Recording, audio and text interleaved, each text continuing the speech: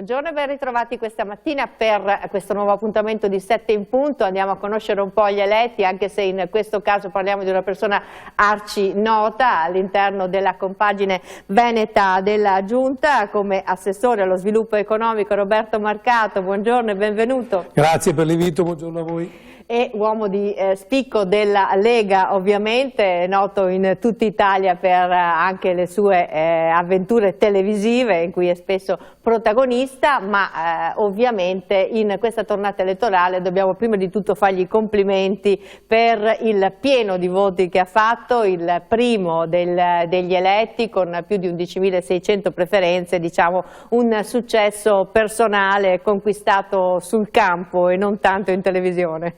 Sì, no, beh, grazie, ovviamente mi fa molto piacere, è un risultato straordinario, emozionante, bello, pieno, insomma, sì, insomma, anche il riconoscimento di tanto lavoro fatto, insomma, io do anima e corpo e cuore sia nella mia attività di assessore, di consigliere regionale, che di politico, insomma, quando i militanti mi chiamano io ci sono, quando i sindaci mi chiamano io ci sono, sto però pochissimo in anche ufficio. Quando il territorio chiama, l'abbiamo visto spesso con i rappresentanti economici, con le università, insomma diciamo che è un voto popolare ma anche un voto trasversale alle diverse categorie della popolazione veneta.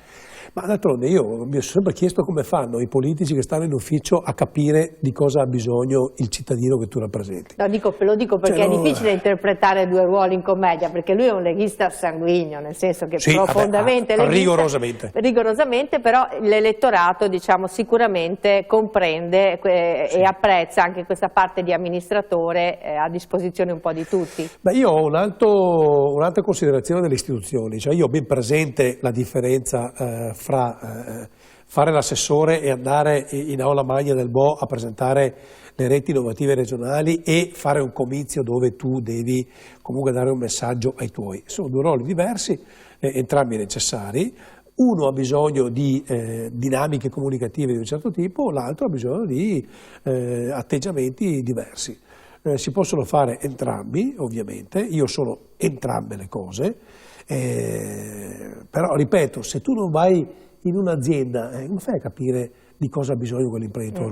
Soprattutto in questa fase, infatti adesso mi tolgo il cappello della buona, mi metto quello della giornalista un po' piccantina, diciamo così, anche perché qua non abbiamo controcampi in questa trasmissione, quindi dobbiamo fare tutto da soli sostanzialmente e questo è un po' il fatto. Adesso grande responsabilità, questo voto bulgaro, diciamo così, che poi non è tanto bulgaro ma è proprio una ondata anche di riconoscenza, probabilmente anche per la gestione dell'emergenza sanitaria ed economica in questa fase così complicata del nostro Veneto. Diciamo che vi lascia poco spazio per festeggiare perché alle porte c'è di nuovo un'emergenza sanitaria, un'emergenza economica, quindi di cosa c'è bisogno, quali sono le prime cose da mettere in agenda perché a questa grande ondata di voti non segua una delusione? Ma fondamentalmente continuare, cioè continuare con il metodo che abbiamo adottato in questi anni. Cioè per quanto mi riguarda, ma è lo stesso metodo che adotta il Presidente nelle sue dinamiche istituzionali, condividere con il territorio giorno per giorno le esigenze e poi trasformarle in parte in decisioni amministrative e politiche e in parte in interlocuzione con il governo.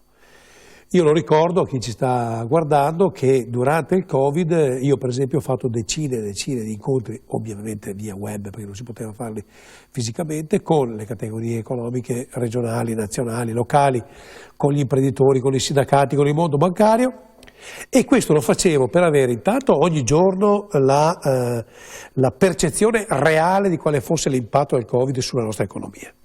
E poi per recepire le richieste del tessuto produttivo veneto in modo tale da poter poi confezionare delle risposte nostre e soprattutto poi andare nei tavoli istituzionali con il governo per fare proposte o richiedere modifiche dei provvedimenti governativi. Cioè, devo dire che abbiamo avuto da questo punto di vista successo, cioè, ricordo che noi siamo riusciti a superare i codici Ateco. C'è questa cosa un po' tecnica, diciamo che è la conferenza Stato-Regioni che sembrava una specie di sonnolento luogo dove non si decideva mai niente, invece diciamo ha preso una marcia abbastanza interessante e diciamo che il fatto che le regioni hanno dimostrato tanto più in questa competizione elettorale di essere l'argomento del momento, cioè i governatori sono proprio la forza del paese in questo momento, come è stato un momento per i sindaci, adesso sembra essere il momento appunto dei governatori. Sicuramente questa voce costruita anche intorno a questo tavolo si farà più sentire, avrà forse più peso anche a livello nazionale. Sì, perché tra l'altro si è dimostrato anche che di fronte a un'emergenza economica, finanziaria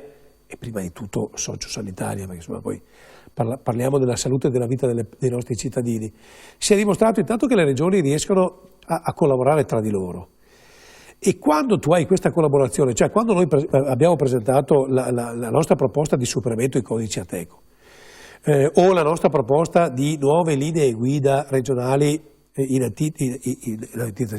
al posto delle linee guida INAIL, cioè queste sono state condivise da tutte le regioni e sono diventate materia di trattativa con il governo che in qualche modo, obtorto collo, è stato costretto. Opporsi, esatto. Abbiamo visto anche con l'emergenza Covid, a un certo momento il governo faceva fatica a tenere testa alla forza. Ma perché poi erano esigenze del territorio. Anche perché si rischia di combinare dei pasticci terribili quando appunto si ha a che fare con la salute e abbiamo visto che non sempre è andato tutto dritto. E a questo proposito le faccio una domanda che potrebbe sembrare un po' provocatoria, ma non lo è segno di affetto proprio per la nostra regione. E è stato detto subito dall'Europa, dalla Presidente Van der Meyer, che questo vertice sulla sanità si terrà in Lombardia probabilmente, no? È giusto o non è giusto? Bisogna portarlo qui in Veneto.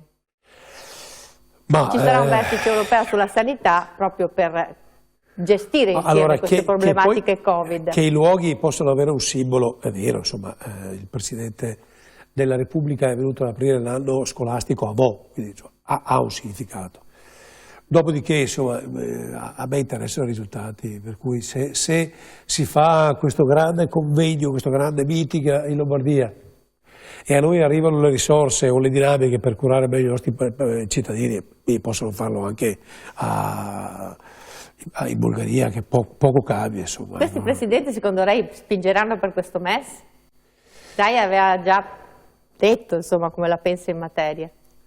Ma sul MES allora io ho le idee abbastanza chiare, io non sono contrario al MES, sono profondamente arrabbiato con il governo perché bastava dicesse la verità, cioè lui doveva dire signori noi abbiamo una possibilità di portare a casa delle risorse, si chiamano MES, le proposte sono condizionate a delle iniziative che dobbiamo fare noi come paese e basta. Invece no, sono andati per mesi a dire è tutto gratuito, non ci chiedono nessuna contropartita, basta solo portare a casa i soldi. Non è vero, perché loro ti dicono, ma secondo me che giustamente, cara Italia, tanto visto come abbiamo gestito i soldi negli anni, io ti do queste risorse purché, e questo è proprio scritto, tu faccia le riforme e tu prenda le iniziative che siano necessarie a cambiare il paese e che siano in linea con le direttive europee. Questo si chiama condizionalità, si chiama un'altra cosa. Possiamo dirlo. Invece per mesi hanno detto non è così e poi... di come spendere questi soldi, perché il fatto che ci siano state le elezioni diciamo non ha deposto a favore di una condivisione con la minoranza di obiettivi che dovrebbero invece essere condivisi perché condizioneranno probabilmente le spese del Paese per decenni. Questi del Recovery Fund o del MES se verrà acceso, diciamo così, perché si tratta di una specie di mutuo. Però insomma adesso bisognerebbe farsi un po', c'è poco tempo, però anche sul Recovery forse potrebbero aprire una specie di finestra con l'opposizione per cercare di condividere. Sul Recovery il governo ha aperto alle regioni. Cioè ha detto una parte del Recovery Fund noi lo possiamo condividere con le regioni. E che cosa abbiamo fatto noi? Io ho convocato un mese fa più o meno tutte le categorie economiche e ho detto loro questo è il plafond che potrebbe essere per il Veneto, ditemi voi quali sono le cose da fare con il Recovery Fund. Ho raccolto le schede di tutte le categorie economiche, ne ho fatto una proposta di giunta, questa proposta di giunta è stata ovviamente approvata assieme alle altre proposte di altri colleghi e questo diventerà il recovery plan che il Presidente Zaia presenterà al governo. Quindi noi questa parte l'abbiamo fatta. Sì, sì, infatti dice il Presidente che ormai siamo nell'imminenza, diciamo c'è stato tutto un intersecarsi di cose, sì, tra elezioni, recovery, esatto, i tempi sono proprio veramente risicati. Però noi la nostra parte l'abbiamo fatta. Insomma. La vostra parte l'avete fatta, speriamo che vengano accolte perché adesso sembra che vengano ridiscusse, riesaminate, sforbiciate. Sì, è una proposta del territorio, non è una proposta né di Marcato né della Lega né di Zaia, è una proposta del territorio. Cioè io le schede che ho raccolto le ho solo assemblate e date al governo, cioè non ho fatto una scelta mia, le ho messe insieme e le ho passate al governo. Tra le proposte che entrano nel recovery fund c'è anche l'ospedale di Padova o no, come si potrà fare? Quello usa per quello, ma in realtà le risorse sono già, è già coperto quello, abbiamo già fatto tutto. Quindi cosa osta? La burocrazia italiana che è sempre molto lenta, però anche lì siamo addirittura d'arrivo, insomma, quindi siamo sereni. Bene, speriamo che non sia quella famosa frase stai sereno che poi è stata molto triste nella storia del nostro recente. Ma mi sa che ha fatto più male paese. A chi l'ha fatta questa che a chi l'ha subita alla fine, visto la fine. Quindi.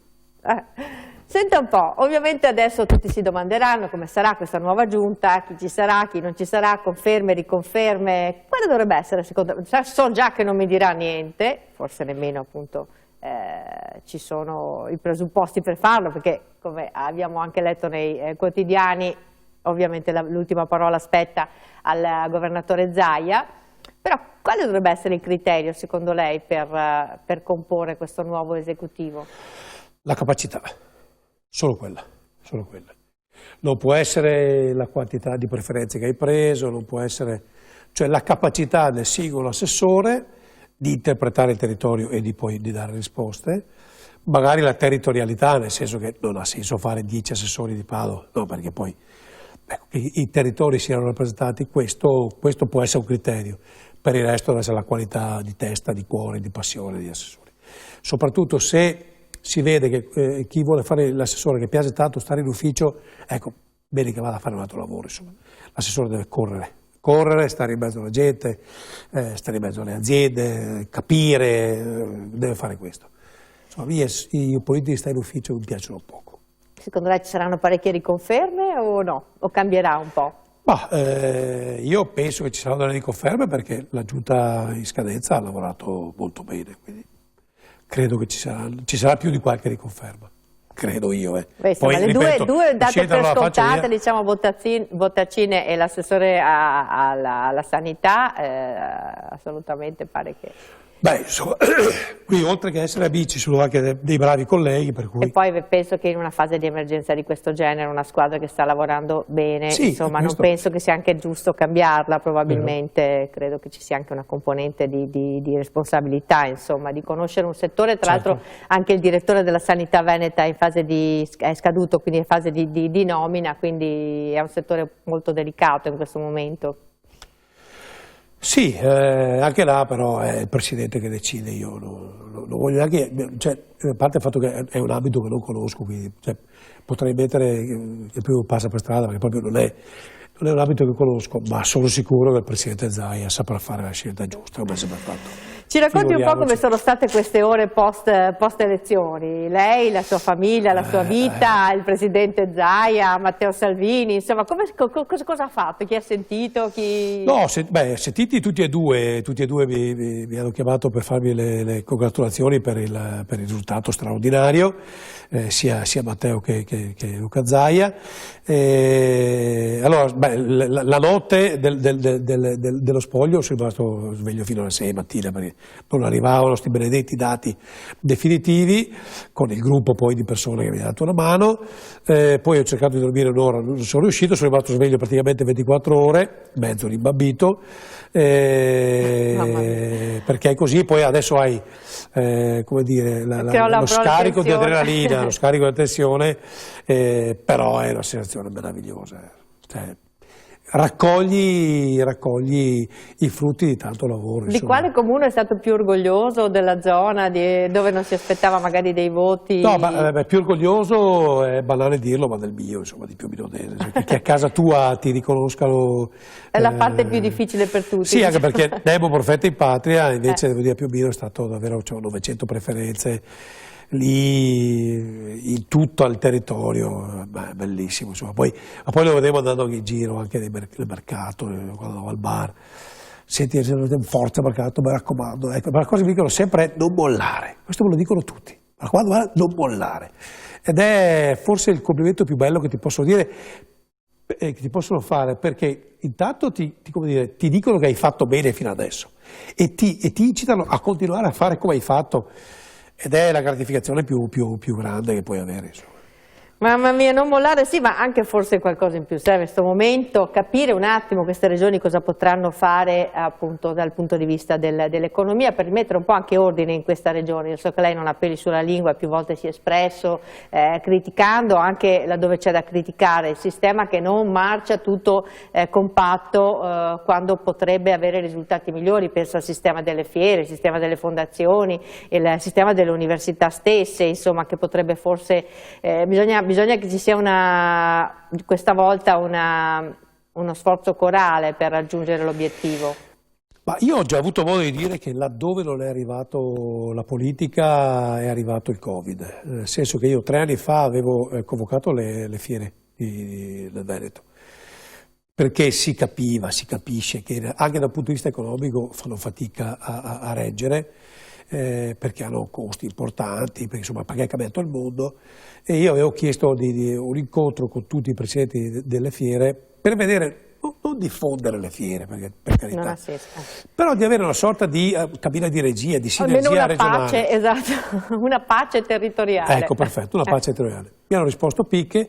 Adesso che si sono svelati, come dire, i veli, e abbiamo capito che tutte le fiere più o meno sono nelle stesse condizioni, anche economiche e finanziarie, adesso si sta muovendo, insomma, speriamo di arrivare a questa cabina di regia, perché darebbe massa critica sufficiente per poter essere competitivi non solo qua, ma in Italia e nel mondo. Le fiere hanno bisogno di portare qua il mondo, questo devono fare. Anche le camere di commercio stanno andando via verso un sistema di accorpamento, sì, infatti, quindi anche in quel settore si sta lavorando in questa direzione. Sì. Quali altri settori bisognerebbe strigliare invece? Ma strigliare no, però una collaborazione un po' più sistemica delle università sarebbe opportuna. C'è molta competizione anche lì. Allora, se la competizione serve per far sì che io sia migliore di lei, vabbè, questa è una competizione sana e alla fine tutti e due saremo migliori. Se invece è una competizione di altro tipo, non serve a nessuno, cioè anche le università devono capire che devono essere anche loro al servizio della comunità, del territorio, dell'economia, delle aziende, delle imprese. Io devo dire, per esempio, con l'Università di Padova ho un rapporto eccezionale, con loro stiamo facendo dei lavori meravigliosi in termini di ricerca applicata alle imprese. Bisogna continuare su questo. Senta, la faccio parlare un po' di politica. Adesso vorranno tutti salire su sto carro dei vincitori, ovviamente, anche perché sì, ma ci sono io sopra ci sono praterie di nomine, di incarichi, di enti, di elezioni che arrivano. Sul carro però ci sono io. I peggiori nemici della Lega potrebbero essere a questo punto gli leghisti stessi, o comunque voglio dire, nel senso che bisogna tenere sorveglianza alta. O pseudo-leghisti. Allora io, siccome su quel carro ci sono dal 92 e ci sono quando il carro era senza le ruote, quando mancava una ruota, quando se ne scappava i cavalli, c'ero sempre su quel carro. Continuo ad esserci e guarderemo bene chi vuole salire sul carro, perché a me, francamente, di persone che si sentono leghisti oggi perché la Lega ti può dare opportunità, non so che farmene, possono andare tranquillamente, lo dico tranquillamente, insomma. Non abbiamo bisogno. Senta, cosa ne pensa di questa lettura nazionale che è stata data del voto veneto, che parla di un voto venetista, cioè di quasi che si torni indietro alla vecchia Liga, diciamo? Ma allora, il Veneto da sempre è un grande laboratorio politico e il Veneto da sempre ha quest'anima territoriale, autonomista, indipendentista, venetista, ce l'ha da sempre. Non è un caso che ogni anno nasca un movimento, un partito o anche un micropartito venetista, perché noi ce l'abbiamo nel cuore. Siamo noi probabilmente e i sardi ad avere questa Ma è questo il atteggiamento. senso di questo voto? Ma c'è un grande voto di appartenenza. Io credo che il presidente Zaia con questa squadra abbia interpretato l'anima veneta. C'è voglia forse di farsi sentire a livello nazionale? Sì, anche perché siamo stanchi di essere trattati come l'ultima provincia dell'impero. E hanno recepito questo messaggio, secondo lei, laggiù? Se non serve lo urliamo ancora più forte, non è un problema. Non abbiamo paura noi di andare al confronto. Ma perché secondo lei i veneti in generale e gli stessi leghisti veneti percepiscono però il vostro leader Salvini non come un alleato ma un po' come un avversario? Questo lo dipingono molto i nostri avversari politici. Io ho visto le piazze quando è venuto giù Matteo Salvini a Cittadella la settimana scorsa, insomma, straordinaria, cioè la piazza piena, la fila per farsi le foto ed erano tutti veneti, evidentemente. E così è stato dappertutto.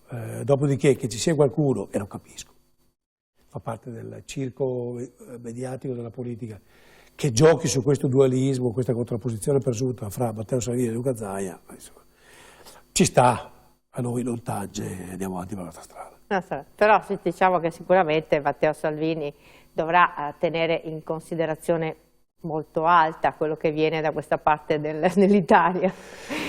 Ma l'ho sempre fatto, l'unico cambiamento vero che ha fatto Matteo Salvini è quello di avere la voglia di portare il modello del buon governo del Nord in tutto il Paese, perché è un modello di efficienza ed è del tutto evidente. Ecco, questa è l'idea che ha avuto lui, cioè di estendere il modello di governo che c'è qua in altre regioni. Tutto, basta. E l'ha portato appunto ad avere dei grossi consensi. Adesso in questo momento per lui è una fase molto delicata però, perché c'è anche questo processo pendente, questa inchiesta nuova. Sì, una cosa inaudita, cioè un politico, un segretario di partito va di fronte al popolo in campagna elettorale dicendo: se mi eleggerete io bloccherò le navi e chiuderò i porti, va al governo con la condivisione di tutti, premier, fa questo e viene processato per aver fatto. Cioè, la cosa paradossale è che viene processato, probabilmente non siamo abituati noi non siamo abituati ai politici che mantengono le promesse. Questa è una novità assoluta per il Paese, quindi non capiamo. Quindi però è delicata questo passaggio, è sicuramente delicato, no? Sì, è delicato, però io credo che, intanto spero ovviamente che vada finire bene per lui, proprio per l'amicizia che ho nei confronti, la stima che ho nei confronti di Matteo, l'affetto che ho nei suoi confronti. Ma dico di più, anche sarebbe una cosa importante per il Paese, cioè dimostrerebbe di avere una maturità politica che oggi francamente uno fa fatica a vedere. Con queste cose delle inchieste ogni campagna elettorale ha dovuto fare i conti e penso che un peso l'abbiano avuto anche in questa campagna elettorale. Diciamo che la maturità del Paese deve ancora arrivare da questo punto di vista, ed è, diciamo, un punto dolente effettivamente della nostra storia, senza voler dire molto di più. Vediamo un po' cosa mi manca di chiederle. Volevo chiederle dell'autonomia, che è stato un suo cavallo di battaglia. E lo è tuttora. E lo è tuttora, e credo che sia una bandiera condivisa largamente, tra l'altro da tutte le forze politiche qui in Veneto, almeno penso se uno vuole prendere due voti è meglio che perfetto, ha fatto una sintesi meravigliosa. Esatto, non penso che ci siano tante altre alternative. Allora, cosa succede? Questo governo, che adesso sembra più saldo di quando di prima del voto, anche se sostanzialmente incassa soltanto la questione del referendum e la questione toscana, insomma, come risultati reali. Questo governo aprirà le porte o le chiuderà? Questo governo non farà nulla perché non è in grado di fare nulla, perché è un governo debolissimo. Cioè, voi pensate che il partito di maggioranza all'interno del governo, il Movimento 5 Stelle, nel Paese reale non c'è più. E neanche in consiglio regionale non c'è più. Non c'è il consiglio regionale, nel resto d'Italia siamo al 2, cioè non c'è più. Eppure hanno anche lavorato, allora noi possiamo testimoniarlo, voglio dire, si sono mossi sul territorio, però Sì, la regione non li ha seguiti per niente. Esatto. Dipende perché ti muovi, poi dare in giro sbauco sia muoversi con degli obiettivi, con dei risultati, non basta ciappare a bici e muoversi. No, il dramma vero è che lì c'è un partito che in Parlamento ha il 35%, il paese reale non esiste più. Quindi cosa farà? Nulla, vivranno alla giornata cercando di sopravvivere fino alla fine. L'autonomia io sono sicuro che non arriverà assolutamente, bisogna aspettare il prossimo governo di centrodestra che stravincerà e con cui noi abbiamo fatto un patto che ho voluto io personalmente con i 3 partiti. Lega, Fratelli d'Italia e Forza Italia, firmato dai 3 segretari nazionali Salvini, Berlusconi, Meloni, per approvare il progetto autonomista che noi abbiamo presentato in Parlamento e al Governo, con la delegazione trattante capitanata da Bertolissi, e ci sarà l'approvazione di quel progetto là, punto. Il Veneto, tra l'altro, con una piccola elezione passata sottotono, che è quella dei candidati al Senato, che dovevano essere rieletti perché c'erano stati purtroppo dei lutti, delle persone che hanno perso la vita, e potrebbe minare un po' anche la tenuta di questo esecutivo che è Senato un po' claudicante, no? Sì, anche se poi tengo famiglia, cioè, tengo conto che c'è una parte consistente dei parlamentari che oggi sono lì che vivevano con la paghetta della mamma fino a 3 anni fa, cioè ragazzi. Adesso francamente faccio fatica a immaginare che uno studente fuori corso di 30 anni rinunci a 13.000 euro al mese. Soprattutto con il referendum che diciamo vedrà una diminuzione dei parlamentari. La vedo un po' dura, che si torni a casa. Secondo lei la faranno questa riduzione dei parlamentari? Perché c'è chi già dice ma bisogna vedere, ci vuole tempo, poi noi siamo il paese sempre. Che se ne frega dei referendum, di fatto, da sempre. Noi siamo il paese che fa sempre referendum, poi in realtà la casta si autogestisce. Sarebbe un po' dura da digerire, penso, per la gente. Vedremo. Penso che sarebbe veramente duro da digerire, nel senso che quando si esprime su questa materia già l'antipolitica è... Questo è un paese che purtroppo troppe volte ha la memoria del pesce rosso, dura 30 secondi, si dimentica. Beh, le regioni stesse, insomma, fino a poco tempo fa si diceva non servono a niente, bisogna eliminarle, cioè, sono un peso, un carrozzone. Immaginate voi la gestione del pilastro. Covid fatta dallo Stato, ce la voglio neanche pensare. Mamma mia, quali sono le sue cose in agenda appena si sarà fatto almeno 2 notti di seguito dormendo? Tanto dormire, vorrei proprio riuscire a dormire una notte intera, mi piacerebbe molto. E poi niente, io adesso continuo a fare l'assessore finché non ci sarà la proclamazione degli eletti. E dopodiché entro in consiglio regionale di nuovo e dopodiché deciderà il Presidente. Se il Presidente Zaia mi vorrà riaccordare la fiducia come assessore, io sono pronto, e altrimenti farò il consigliere regionale come ho sempre fatto. Si parla di lei come vicepresidente di diritto di fatto per acclamazione popolare, nel senso del numero di voti. Però decide sempre il Presidente ed è giusto che sia così. Il messaggio per il Presidente, qualche consiglio per questi giorni così... No, che si riposi anche lui, ecco, che abbiamo 5 anni duri e lunghi da gestire. Che riposi anche lui, che ricarichi le batterie. Senta, le faccio una domanda che non c'entra niente insomma, con la politica, c'entra con l'aspetto personale. Ci sono anche parecchie donne, no, che sono state elette. Com'è fare la campagna elettorale? Magari qui a Padova anche aveva delle donne come avversari. Meraviglioso, io trovo i maschi li trovo particolarmente noiosi. Quindi hanno ravvivato la politica le donne? Sì, assolutamente. E poi hanno una resistenza anche fisica che i maschi si sognano. Dai. Sì, mamma mia. Dicono che siamo sesso debole, non è così vero? Ma che sesso debole? Ma noi, guardi che noi con 2 linee di febbre Ma non parliamo di febbre, ma per siamo già a pronto soccorso, cioè la donna... Lunga vita e lunga salute anche al nostro ospite, ovviamente, e in bocca al lupo per questa avventura che non sarà decisamente facile, i tempi non sono belli e non sarà una passeggiata, e in bocca al lupo anche a tutti quelli che siederanno nel nuovo Consiglio regionale. Grazie per essere stato con noi questa mattina e grazie anche al nostro pubblico per averci seguito. Buona giornata a tutti.